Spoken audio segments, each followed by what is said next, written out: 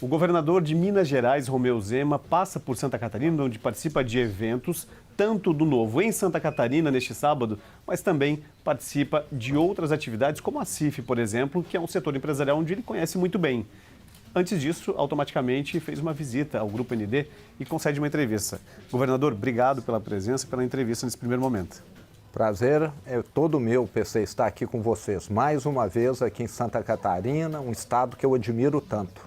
Vamos começar falando de gestão pública. O senhor tem tido uma aprovação bem considerável na frente do governo de Minas Gerais e que destaca o senhor também, não só no cenário estadual, mas no cenário nacional. Como é que o senhor tem visto essas avaliações? Embora tenha algumas oscilações, mas a gente percebe que é muito de instituto ou de metodologia. Como é que o senhor tem visto tudo isso?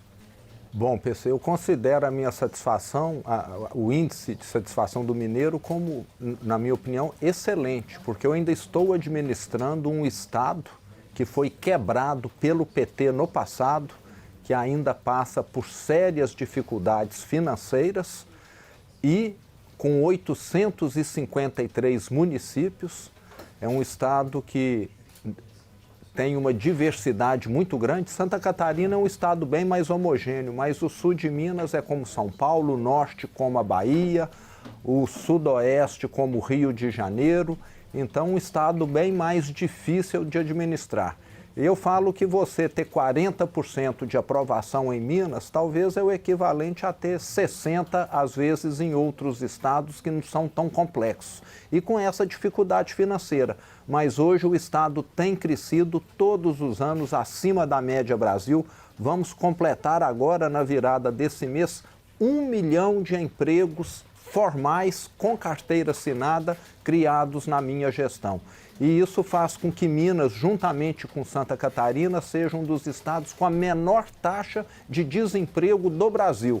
E o meu lema tem sido atrair investimentos, desburocratizar, simplificar a vida de quem investe e trabalha, e temos conseguido. Governador, vamos falar um pouquinho de política, depois a gente vai falar um pouquinho de gestão econômica também.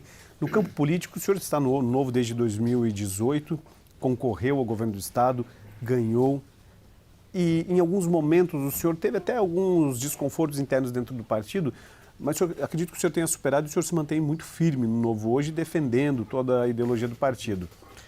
Como é que o senhor tem se visto? O senhor se vê como um governador de centro-direita, de extrema-direita, ou um governador de fato bolsonarista? Eu sou uma pessoa que tem princípios de direita, né? Eu quero que as pessoas tenham liberdade para investir, para trabalhar, para se expressar. E nós sabemos que todo país no mundo que deu certo foi através do livre mercado. Não foi através de controles estatais, não foi através de censura. Então, o que eu defendo é isso.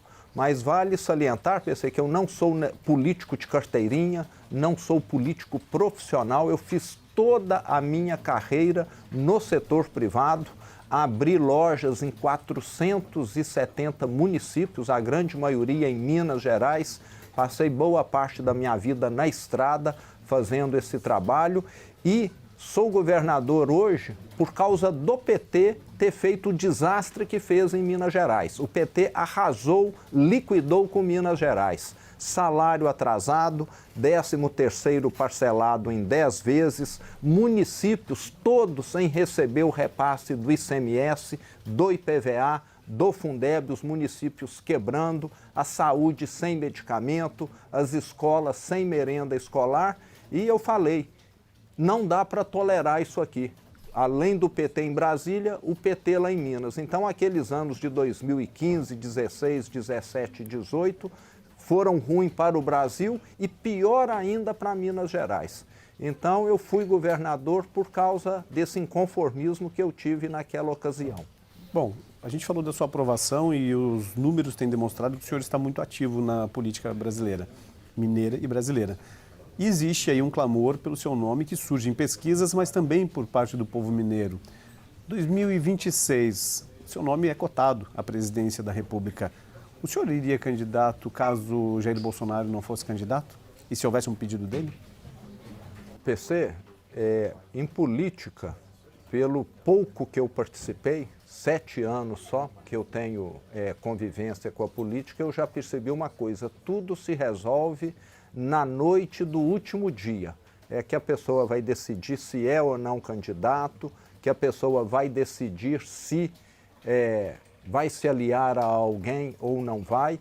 Então está muito cedo, mas o que eu posso te dizer é o seguinte: como eu comentei agora, eu não sou político de carreira, então graças a Deus eu não fico nessa dependência que muitos têm de se reeleger. E o que eu quero é contribuir com o Brasil como eu contribuí com Minas Gerais. Eu mostrei lá em Minas que uma gestão com gente competente, uma gestão que gasta menos do que arrecada, eu fui o maior defensor disso e continuo sendo, e como governador eu faço questão de dar exemplo. Eu moro numa casa que eu pago aluguel e não no palácio do governador. Em vez de ter 32 empregadas, como o ex-governador tinha, paga pelo governo, eu tenho uma empregada que eu pago do meu bolso. Vendi, acabei com os aviões de uso exclusivo do governador, que hoje são usados pela segurança pública, pela saúde.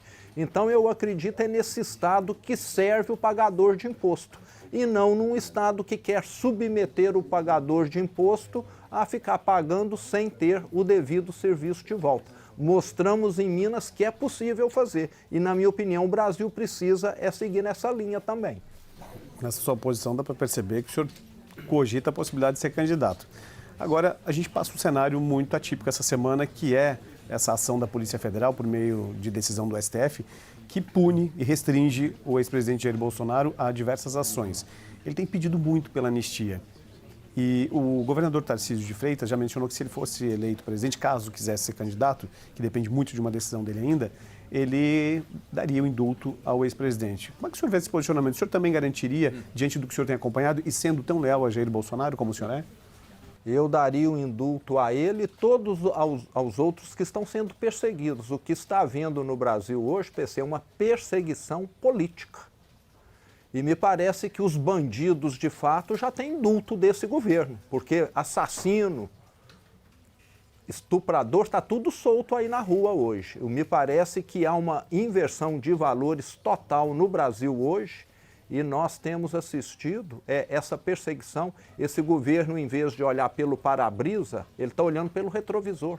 Esse governo não tem plano de longo prazo. A única coisa que esse governo tem feito é perseguir a oposição, principalmente aqueles próximos de Jair Bolsonaro, que é o maior nome de direita.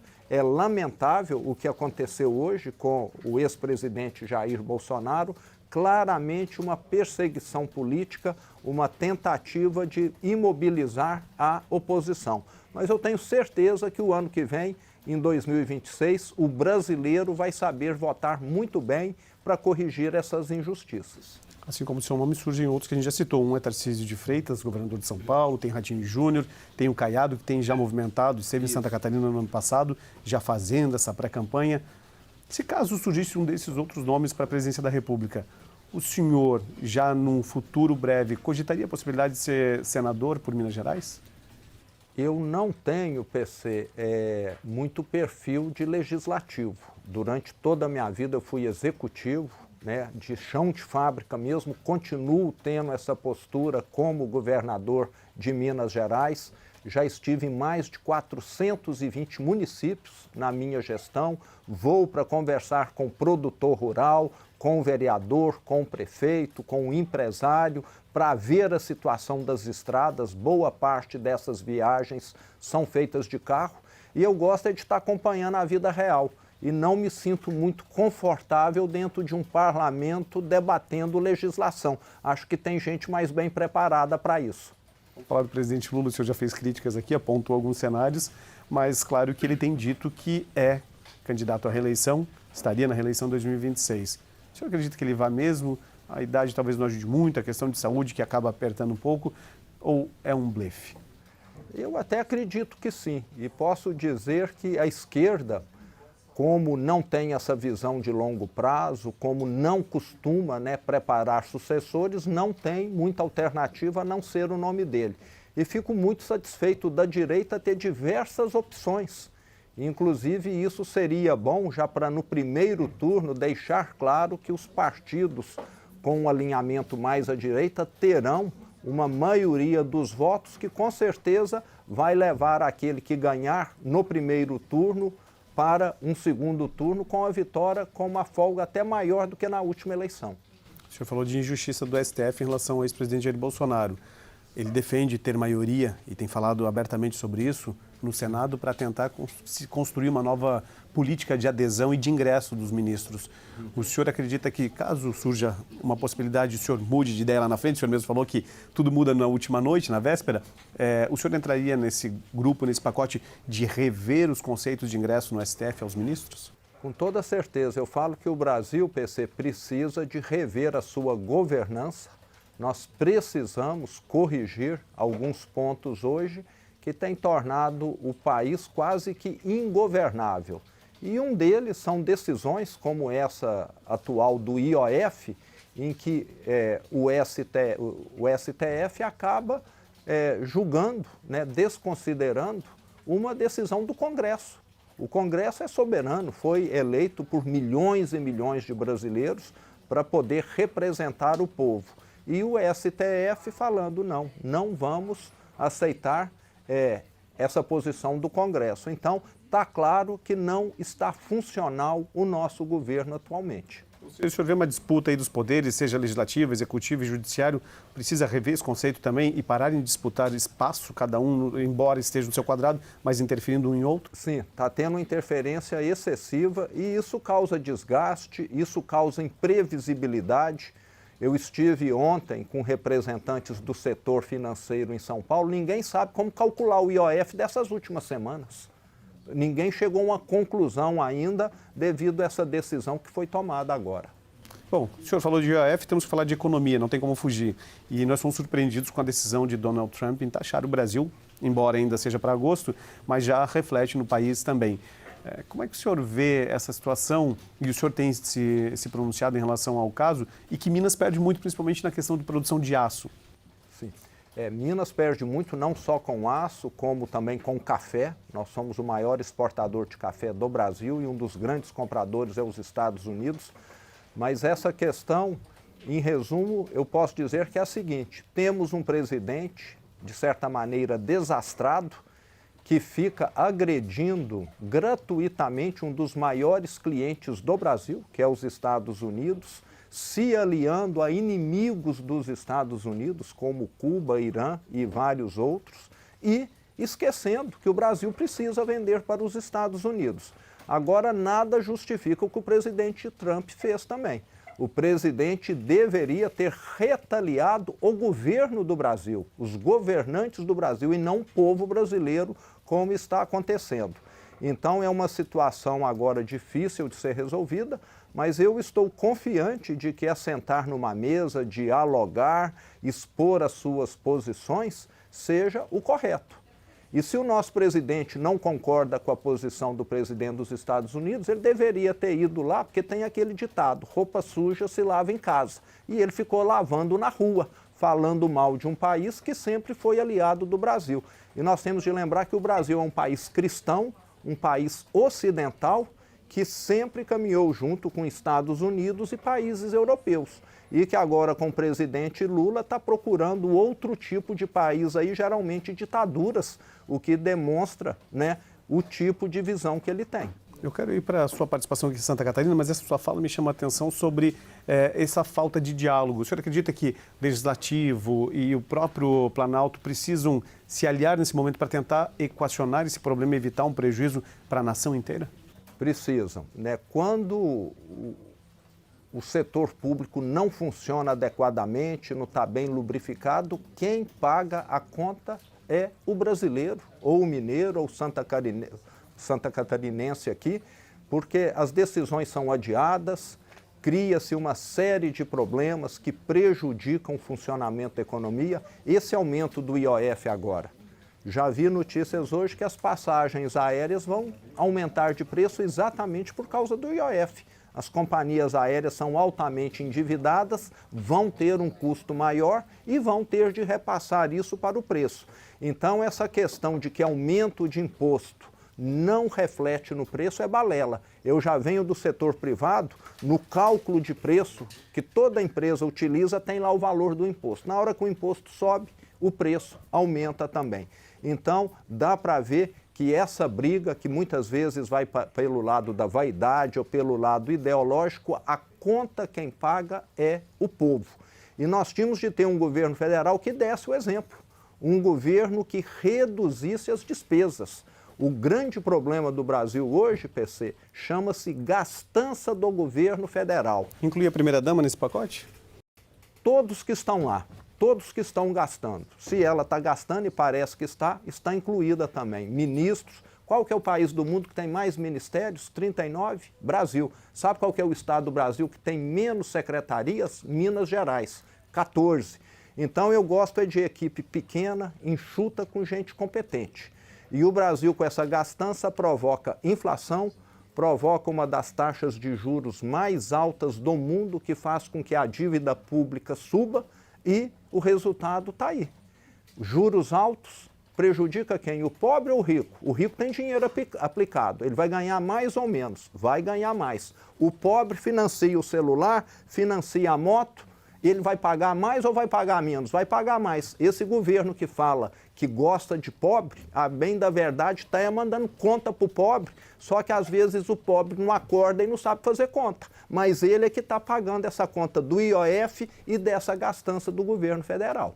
O senhor falou de economia e impostos, talvez esse seja um dos principais temas que o senhor vai discutir com empresários em Florianópolis durante esse evento na CIF? Exatamente. Vim aqui para poder mostrar que nós precisamos pensar de maneira diferente a economia no Brasil. Programa social é importante para quem precisa. Tem aquela mãe solteira que às vezes tem problema de saúde, não consegue trabalhar. Se ela não tiver uma renda, ela não consegue viver com uma certa dignidade. Agora, o que nós estamos vendo no Brasil hoje é muito abuso com esse Bolsa Família, esse Bolsa não sei o que toda hora esse governo inventa. Nós precisamos inventar aqui um Bolsa Trabalho, né?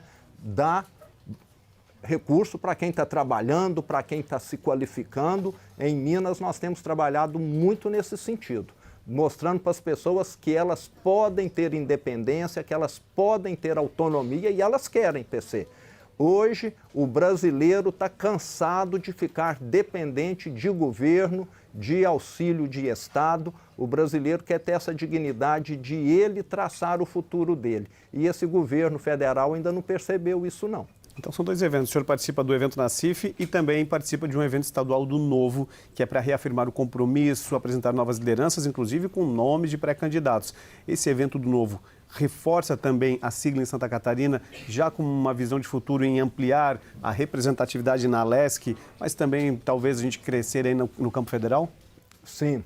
O Novo está indo muito bem em Santa Catarina, né? Temos o prefeito Adriano em Joinville, que foi reeleito praticamente com 80% dos votos, uma avaliação admirável, e avançamos muito na última eleição municipal. A quantidade de prefeitos e vereadores que o Partido Novo elegeu praticamente foi multiplicada por mais de 10. E o ano que vem nós estamos trabalhando para aumentarmos a participação do Novo nas assembleias legislativas, no Congresso Nacional e também entre governadores. Vamos trabalhar fortemente. Eu falo que não tem nenhum partido tão coerente quanto o Novo. O Novo é previsível, o Novo quer combater a corrupção, o Novo quer combater privilégio. Custe o que custar, nós votamos nessa linha. Até para perder a eleição, nós votamos nessa linha aí, como já aconteceu. Mas com o tempo nós vamos mostrar e já estamos mostrando que quem vota no Novo sabe muito bem o que o seu parlamentar, o seu prefeito vai fazer. Um partido que não tem escândalo, um partido que não tem desvios. Então, é um partido que vai ainda contribuir muito com o Brasil e aqui com Santa Catarina. Eu vou encerrar com uma última pergunta, já que o senhor falou do prefeito Adriano, se tornou uma grande liderança do Estado e muito cobiçado. Eu sei que ele está acompanhando a gente, mas ele se tornou muito visado por duas siglas que disputam 2026 aqui, o PL de Jorginho Melo e o PSD de João Rodrigues. O senhor tem uma proximidade com os dois partidos sem dificuldade nenhuma de relacionamento. O senhor acredita que seja talvez um pouco difícil tomar uma decisão em qual lado, embora o Novo tenha se aproximado bastante do governo de Santa Catarina?